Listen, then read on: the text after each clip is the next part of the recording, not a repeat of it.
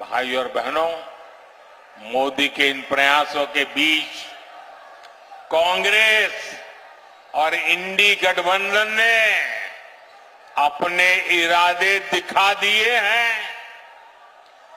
कांग्रेस के शाही परिवार के शाहजादे ने ऐलान किया है कि अगर देश ने तीसरी बार बीजेपी सरकार को चुनी, आग लग जाएगी। 60 साल तक देश पर राज करने वाले 10 साल सत्ता से बाहर क्या रह गए? अब देश में आग लगाने की बात कर रहे हैं। क्या ये आग लगाने की बात आपको मंजूर है? क्या इस देश को आग लगाने देंगे? क्या आग लगाने की ये भाषा उचित है? क्या ये आग लगाने वाली भाषा लोकतंत्र की भाषा है? ऐसे लोगों को सजा करोगे? पक्की सजा करोगे? चुन चुन करके साफ कर दो। इस बार इनको मैदान में मत रहने दो भाइयों।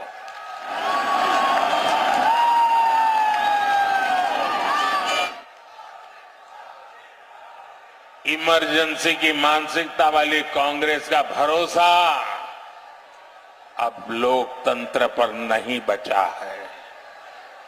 इसलिए वो अब जनादेश के विरुद्ध लोगों को भड़काने में जुट गई है।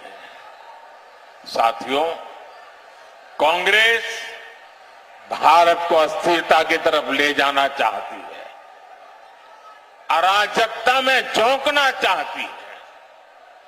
कर्नाटका में कांग्रेस के एक बड़े नेता ने दक्षिण भारत को देश से अलग करने की बात कही, 2 टुकड़े करने की बात कही। आप मुझे बताइए, देश के टुकड़े करने की बात करने वालों को सजा मिलनी चाहिए कि नहीं मिलनी चाहिए?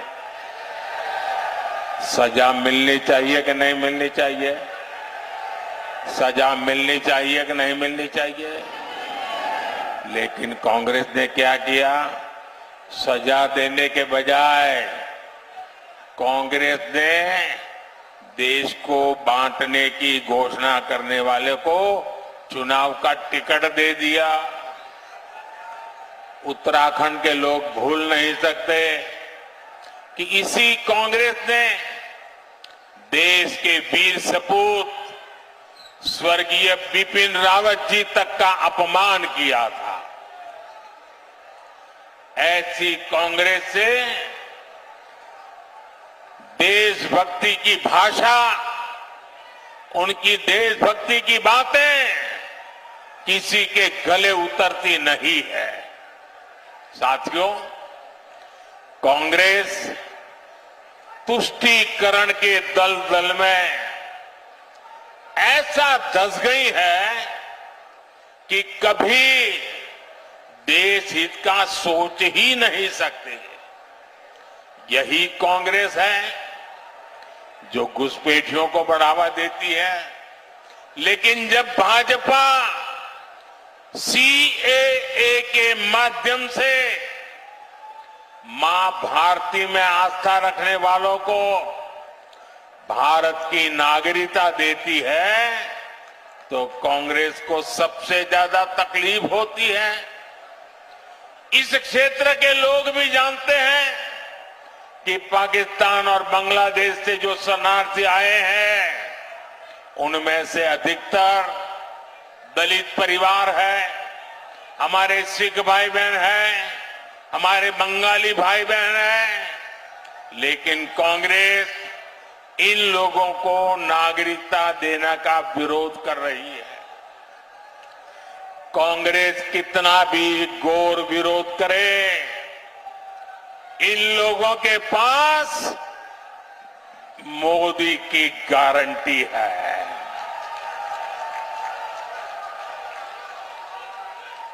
और मोदी की गारंटी यानी गारंटी पूरा होने की गारंटी। साथियों, इस धरती का संबंध तो गुरु नानक देव जी, गुरु गोविंद सिंह जी और उदासी संत गुरु रामराय जी से है। कांग्रेस ने देश का ऐसा बंटवारा किया कि गुरु नानक जी की उस पवित्र धरती हमसे छीन गई। दशकों तक अपने गुरु को हमें दूरबीन से देखना पड़ा। अब जाकर बीजेपी सरकार ने करतारपुर कॉरिडोर बनाकर लोगों की जिंदगी आसान की है। कांग्रेस कमजोरी न दिखा दी तो हमारी सीमाओं पर नजर डालने की किसी की हिम्मत न होती। इतने बड़े सीमा विवाद न होता। कांग्रेस ने कैसे अपने हाथों से मां भारती के टुकड़े किए, इसका एक और ताजा उदाहरण देश के सामने आया है। ये हमारा उत्तराखंड तो वीर माताओं की भूमि है जो वीर संतानों को जन्म देती है। यहां के वीर संतान मां भारती की एक एक इंच जमीन के लिए अपनी जान की बाजी लगा देते हैं। लेकिन यही कांग्रेस पार्टी, अभी जो एक बात सामने आई है, तमिलनाडु की बात तो तमिलनाडु की है, लेकिन ये वीरों की भूमि है। मातृभूमि की भक्ति क्या होती है उत्तराखंड को सिखाना नहीं पड़ता। उत्तराखंड के लोगों को भी ये कांग्रेस का गुना जानना जरूरी है। तमिलनाडु के पास समंदर में एक कच्चा द्वीप टापू है, द्वीप है। वो द्वीप भारत का हिस्सा था, लेकिन कांग्रेस ने उसको श्रीलंका को दे दिया। अब इस द्वीप के आसपास भी कोई भारतीय मछुआरे गलती से चला जाता है तो उसे गिरफ्तार किया लिया जाता है, जेल में बंद कर दिया जाता है। आप मुझे बताइए, ऐसी कांग्रेस जो भारत के टुकड़े करने के उनके नेता बात करते हो, जो कच्छ द्वीप को दे देते हो, क्या वो देश की रक्षा कर सकती है? जरा पूरी ताकत से बताइए, देश की रक्षा कर सकती है? क्या कांग्रेस देश की रक्षा कर सकती है? भाई और बहनों, कांग्रेस ने तो देश के सीमावर्ती गांवों को भी देश का आखिरी गांव मानकर वहां विकास करना बंद कर दिया था। ये भाजपा की सरकार है जिसने सीमा किनारे बसे गांवों को देश का प्रथम गांव माना है, वहां तेज गति से विकास किया है। कांग्रेस की सरकार रहती तो आज भी पूर्व सैनिकों को 1 रैंक 1 पेंशन नहीं मिल पाती, लेकिन मोदी ने सैनिक परिवारों को गारंटी दी थी और इसे पूरा करके दिखाया। आज देश भर के सैनिक परिवारों को 1 रैंक 1 पेंशन के 1 लाख करोड़ रुपए से ज्यादा मिल चुके हैं। इसमें से उत्तराखंड के भी हजारों परिवारों को लाभ हो रहा है। इसलिए मैं कहता हूं, नीयत सही तो नतीजे सही। साथियों, 24 के इस चुनाव में अब स्पष्ट रूप से 2 खेमे बन गए हैं। एक तरफ हम लोग ईमानदारी और पारदर्शिता जनता जनार्दन के सामने लेकर के आए हैं।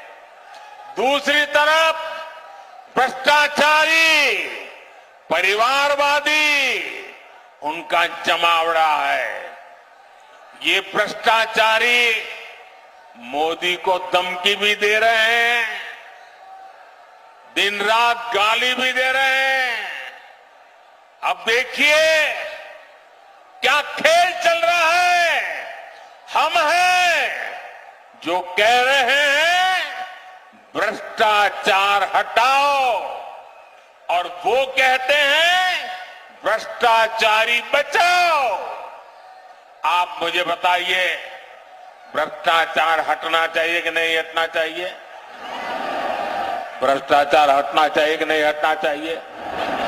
भ्रष्टाचार से मुक्ति मिलनी चाहिए कि नहीं मिलनी चाहिए?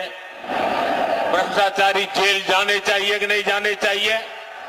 भ्रष्टाचारियों को सजा होनी चाहिए कि नहीं होनी चाहिए?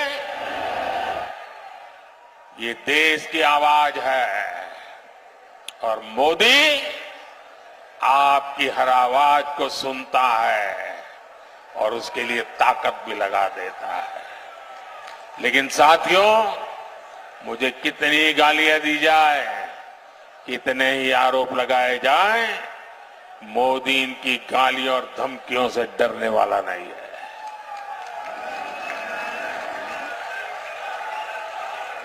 हर भ्रष्ट पर कार्रवाई जारी रहेगी, और तीसरे टर्म की शुरुआत में अब 2-2.25 महीने बाकी रहे हैं, बहुत कम समय बाकी रह गया है। तीसरे टर्म में भ्रष्टाचार पर और तेज प्रहार होगा, ये मैं आपको गारंटी देने आया हूं। भ्रष्टाचार हर गरीब का हक छीनता है, हर मध्यम वर्ग का हक छीनता है, और मैं गरीब का हक, मध्यम वर्ग का हक किसी को भी छीनने नहीं दूंगा। ये मोदी की गारंटी है। साथियों, आने वाले 5 साल अभूतपूर्व काम के और देश हित में बड़े फैसलों के होंगे, लेकिन इसके लिए मेरी आपसे प्रार्थना है, आपको मोदी को और मजबूत करना होगा। करोगे? करोगे? जरा सबके समय हाथ ऊपर करके बताओ, मोदी को मजबूत करोगे? मोदी को नई ताकत दोगे? मोदी को नई ऊर्जा दोगे?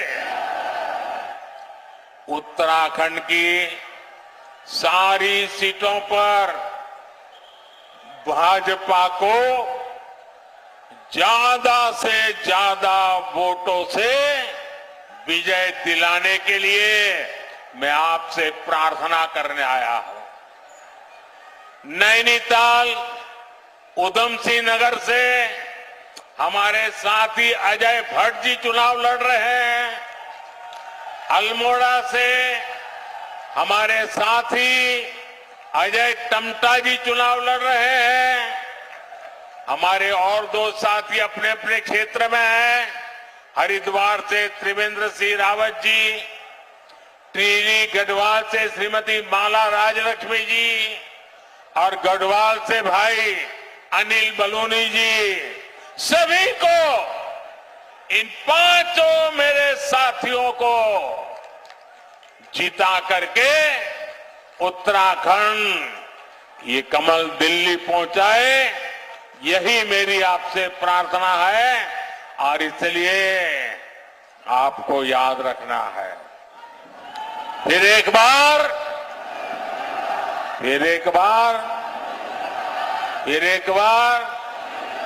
4 जून 4 जून 4 जून 4 जून। अच्छा, मेरा एक और काम करोगे? मेरा एक काम करोगे? ऐसा नहीं, हाथ ऊपर करके बताइए, करोगे? आप यहां से गांव जाएंगे तो वहां जो देवी देवता है वहां मोदी की तरफ से माथा टेकना है। करोगे? और गांव में सभी परिवारजनों को कहिएगा कि मोदी जी उत्तराखंड में आए थे और आपको प्रणाम भेजा है।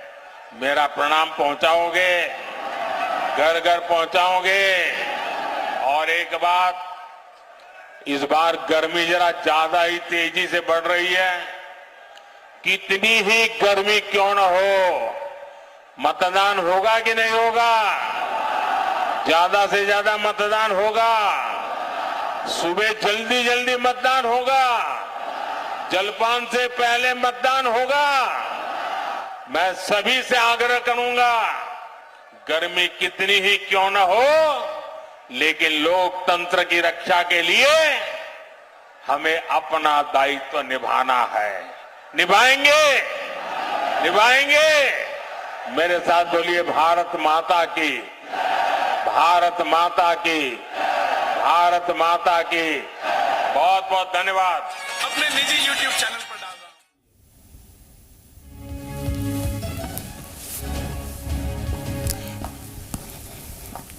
तो देख रहे थे, प्रधानमंत्री जनसभा को संबोधित कर रहे थे रुद्रपुर में, और उन्होंने इस बार भ्रष्टाचार को लेकर हर बात कही है, क्योंकि लगातार सवाल उठ रहे थे कि यहाँ पर जो अरविंद केजरीवाल को गिरफ्तार किया गया है, ईडी जो कार्रवाई कर रही है और उसके बाद अब वो जेल में बंद है, इसको लेकर सवाल उठ रहे थे बीजेपी पर कि बीजेपी एजेंसियों का गलत इस्तेमाल करे। इसको लेकर आज उन्होंने वार किया है, भ्रष्टाचार जो भी करेगा वो जेल में ही जाएगा।